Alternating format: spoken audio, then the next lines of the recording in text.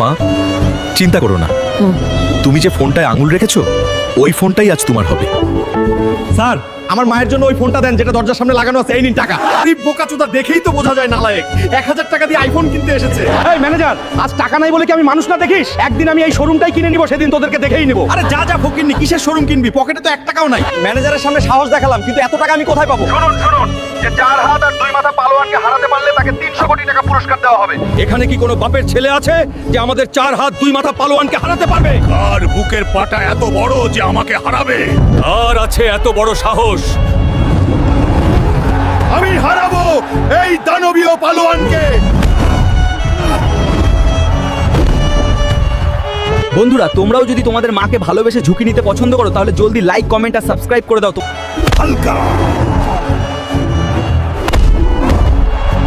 এই বছর আমাদের কুস্তি প্রতিযোগিতায় বিজয়ী হয়েছে আমাদের হালকা। হালকা এই নাও 100 কোটি টাকা। আজ থেকে এই শোরুমের মালিক আমি। তোদের মতো পাল্টু কর্মচারী আমার দরকার নাই। এখনই এখান থেকে বের হয়ে যা। সরি হালকা, এই নাও মা তোমার আইফোনটা। পাগল ছেলে, এত দামি ফোন আমি কি করব? কই দামি এটা, তোমার চেয়েও মূল্যহীন। তোমার জন্য আমি সবকিছু করতে পারি মা।